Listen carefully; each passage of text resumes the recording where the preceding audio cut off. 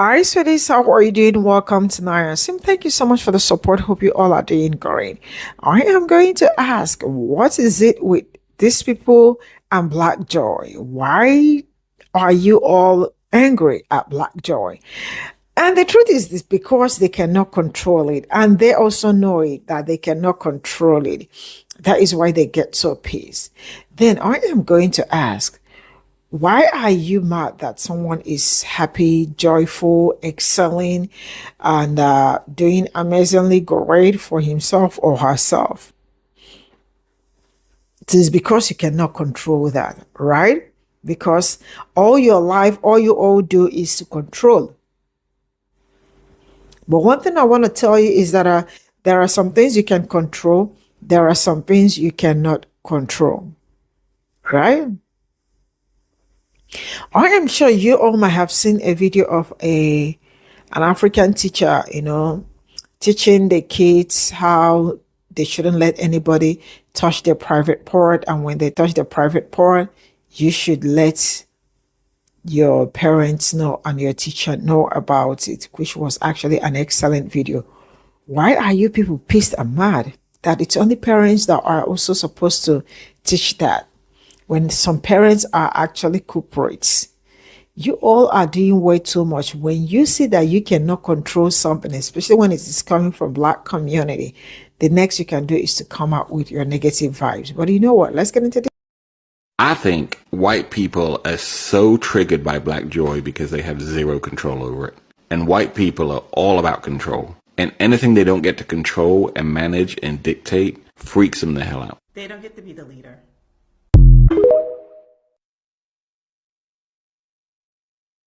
Alright, so first of all, good morning. I'm gonna go out in a minute, so I'm not gonna hold y'all too long for once. I saw a video of a white man, and I believe he's either married to or dating a black woman, and he made a video, I think they were on a podcast, and he said that white people are so uncomfortable with Black Joy because they don't have any control over it. And it made me think about that other video that white woman made mocking the African teacher who was simply making a video, which a lot of teachers do, where they make a song for young children to understand their private parts and parts of their body that are supposed to be protected and not touched. And I've said this before, but I'm just going to repeat myself. White people don't know how to exist without having dominance over other people. That white woman that mocked that teacher simply for doing her job did it because white people have failed at protecting their own children. So how dare this black person try to do what we failed to do? You know, it's the same thing that they use to justify saying aliens built the pyramids because the pyramids are in Egypt and Egypt is in Africa, no matter what y'all say. And they can't give Africans credit for doing something that they couldn't do themselves. But I digress. That white man was right. And I don't like saying that. It makes just a weird taste on my mouth, on my tongue when I say that. But he was right. White people don't like the idea that black people are happy or thriving because it proves to them how human we actually are and how capable we actually are, and it disproves all the stereotypes that they've led themselves to believe about us all this time. If black people can organize and do better and have like a Black Wall Street on our own, why are the white people poor? If black people can sit in a restaurant and be happy, why are the white girls miserable? You know, it's like you can't just exist in your whiteness, because essentially whiteness is everything that you lack, not everything that you are. So when you see black and brown people existing, indigenous people existing and having culture and thriving and enjoying ourselves and doing things for ourselves, it pisses y'all off. It vexes your spirits because you haven't figured out how to do that yourselves. You've been siphoning off all of our joy for centuries, all of our happiness, all of our positivity, all of our innovation. You've simply been biting off of us for so long that when you don't have the right to do it anymore, it makes you mad. Rich white elites have been draining y'all for centuries. The only privilege you have is the ability to bully and pick on us. And when it doesn't work for you, you have nothing left. And you're mad. And instead of taking that out on the rich white elites, you take it out on us. Y'all don't like having us around, but the real reason is because you know that you wouldn't have anything without us. And it makes you mad because you know we would still have everything we have and better without you. Y'all are like that fake friend that you have that, will steal from you and then help you look for your stuff. And then when you accidentally run across your stuff and find it, they have to pretend that they're happy for you, but they're low-key mad because how dare you find what I stole from you in the first place? Y'all had to make yourselves our gods because you weren't one. Y'all had to make yourselves our saviors because you aren't them. You had to make yourselves our heroes because you aren't them. Y'all know how insignificant you actually are in the grand scheme of things for the whole of human history. How many more strides would we have made without y'all impeding everyone else's progress? You couldn't make us love you, so you were resigned with the idea that we had to hate you. The sad part is, though, in the process, that you made us hate ourselves. So anytime you see us enjoying ourselves, yeah, it pisses you off.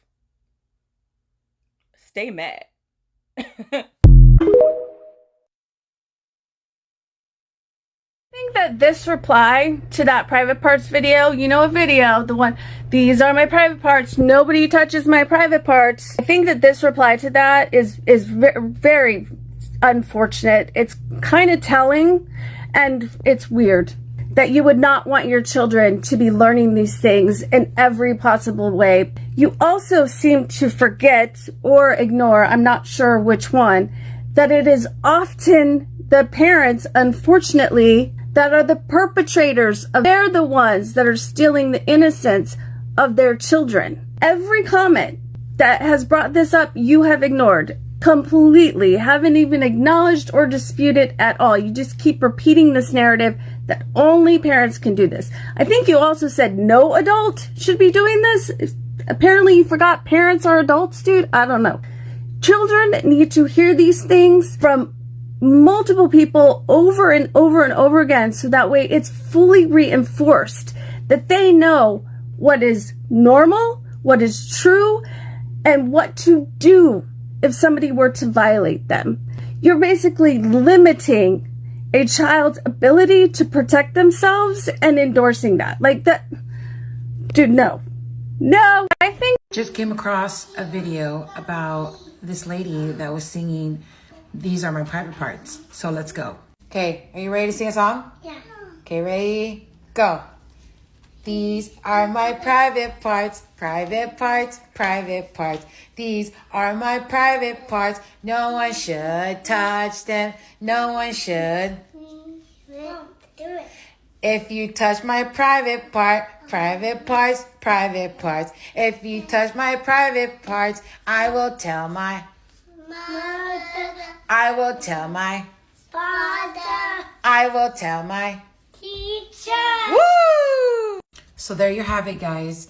It's super important to teach this song to your kids because it'll just embed in their head and sing it to others, and they'll also teach other kids as well. So check her out. So let's go.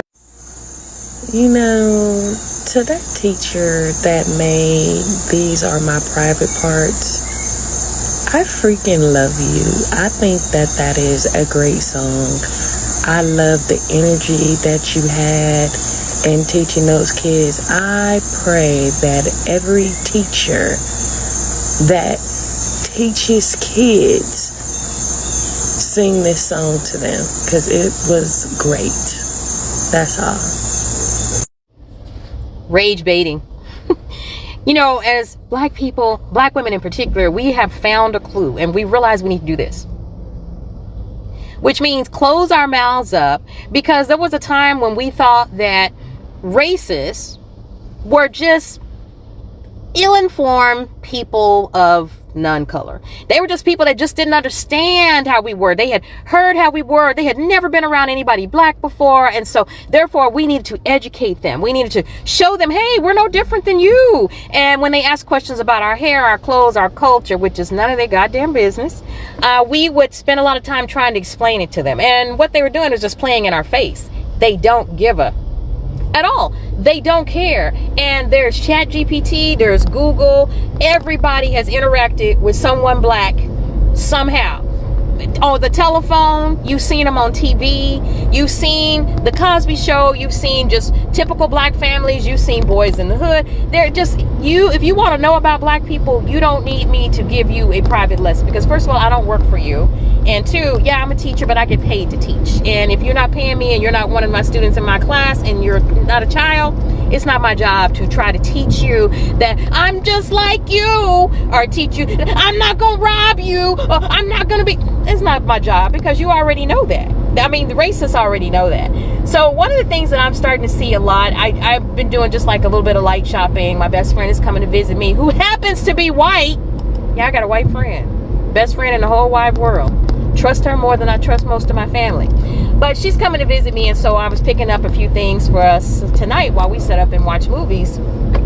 And I noticed that when I would go into stores, like I went in to get some wine, and there was a black woman that was in there working. And I started talking to her. And when I talked to her, I could see that people around me were we were the only two black people in there at that time. And I could see people were visibly nervous and anxious because we were talking. And the reason I know that is because they wouldn't give us any eye contact. You know, usually if somebody's laughing and talking and having a conversation, people, you know, we're talking about the rain, we're talking about the weather. They had nothing to say. They were just, everybody was just, because I realized they get visibly angry when we, especially as black women, have joy. Oh, we're giggling and laughing. And then another sister walked in there that was 65 years old that looked like she was 25. Oh, I went off. I was like, I need to see your driver's license. There's no way that you are 65.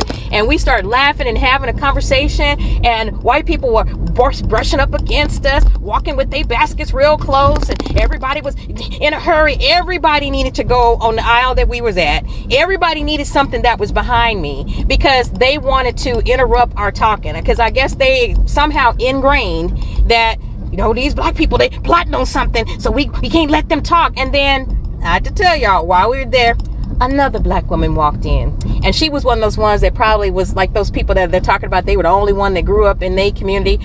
Oh, she was irritated with them. Excuse me. She had to get by. She didn't have nothing to say to the three black women that was standing there. Not, hi, how you doing? Kamala Harris got cheated out of the elect. No, I mean, I'm just kidding. But she didn't have nothing to say, right?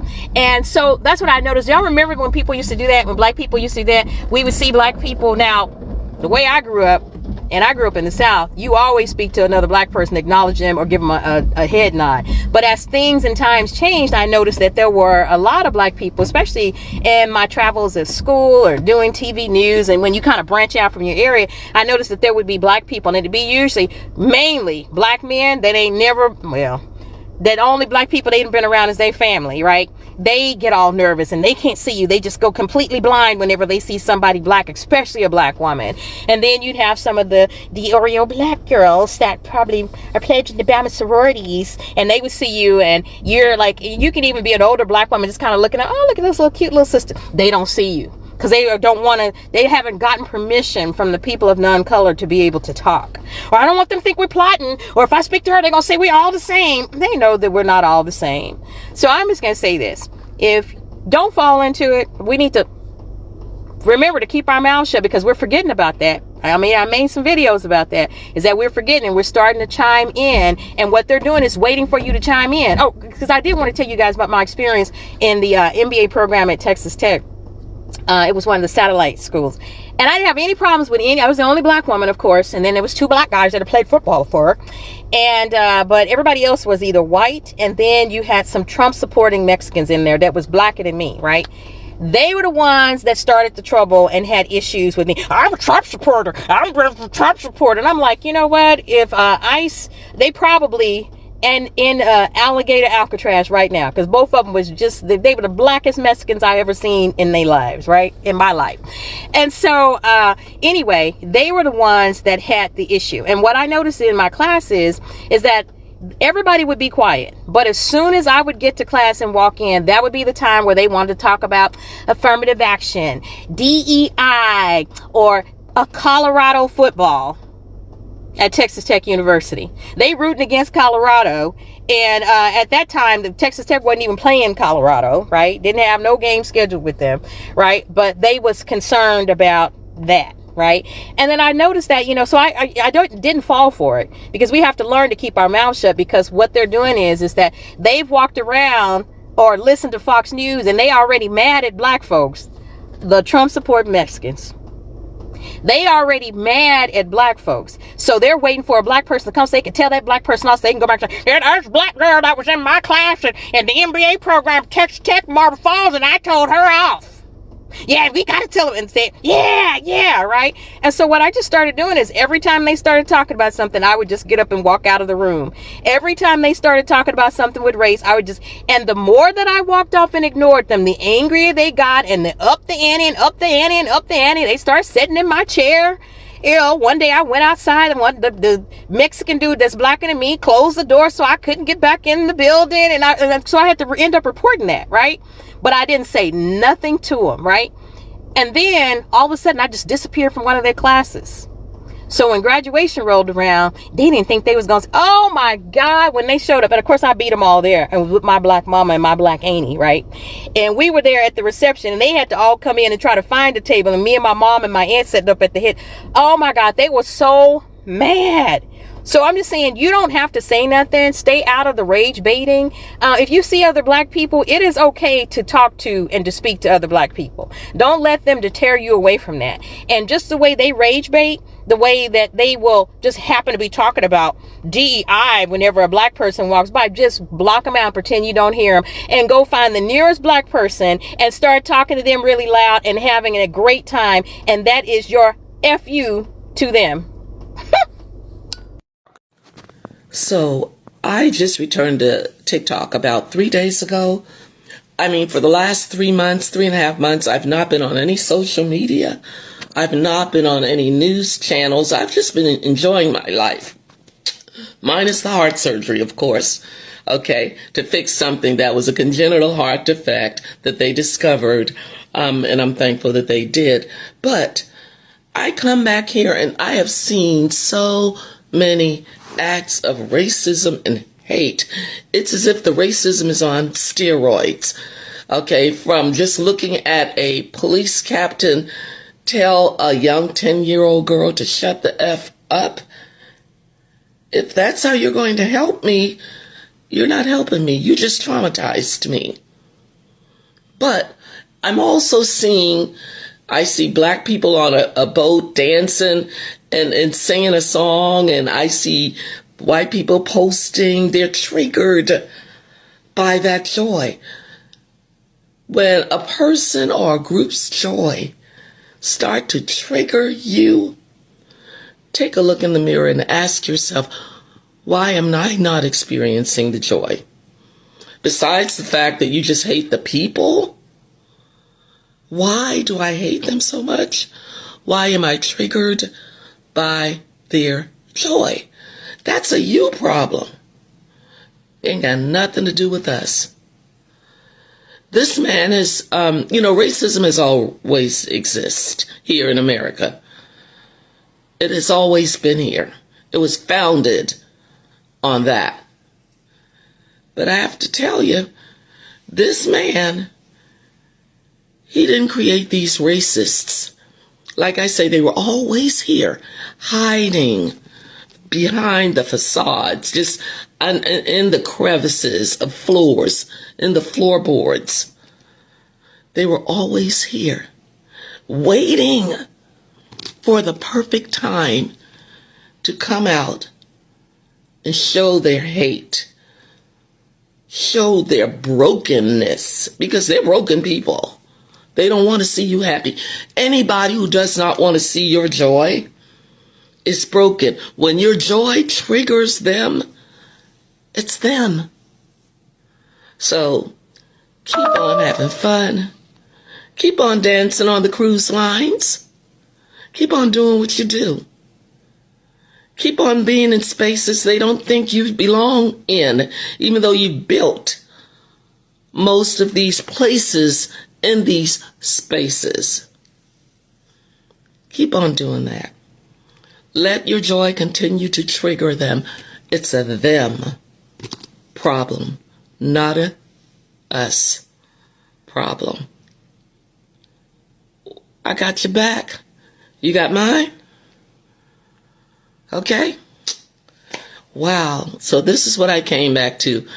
It might be time to rethink coming back. Have a great day. Keep smiling.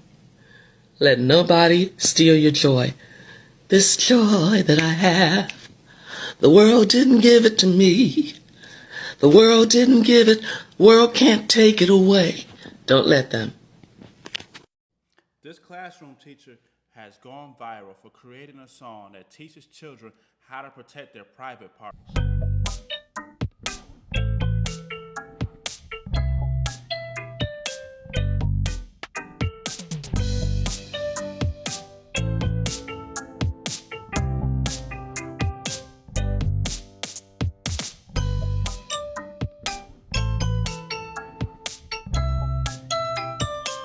This is all I got from this video. What is the problem with some people when it comes to black joy? Because it's something that they feel like they do not have control over. You know, some people all their life, all they want to do is to control how other people feel, how you act, how you react, how you behave, everything about you, like, you know. But that joy is something that they cannot control. I am sure majority of you saw the video of the woman teaching kids, these are my private parts, you know, no one should touch them. Nobody should actually touch them. And when it is touched, you tell your parents and you tell your teacher, right? So that was actually a very beautiful video. For anybody that finds really problem with that, I mean, I think you're also the problem. And for a white man coming out to say that, I mean, that is a parent just to teach that. And unfortunately, some parents are going overboard too. So I love the fact that that is actually, she came out with that. So beautiful. I love how she thought that. If you have a problem with that, you are the problem.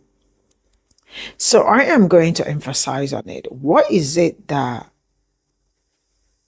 makes you people go mad about black joy? Why do you people get peace? Why do people get, like, you know, you are not at peace when you see people, black people, really being happy? And I have noticed that, like, you know, when black people are very happy, there must be negative stories coming behind it. It's just that I remember some years ago when black doctors were graduating and all that, and some white people came up with, why would I let a black doctor treat me? Or some people were like, if I say a black doctor, I am also going to ask if he is qualified and all that. So all these things are the things that they feel like they can control, and the best they can do, you know, to bring that negative energies to still spew their hatred. But one thing I'm going to tell you is that sometimes hatred is not the answer, because I do not understand how this thing became a race problem, but it is a race problem. That our doctors are graduating and they are about to go into the field. And when I say into the field, I mean into hospitals and all that. They are lifesavers. They are not saving only black lives. They are saving every life. So how is that supposed to cause controversy? That is to tell you how bad the world is. Because if the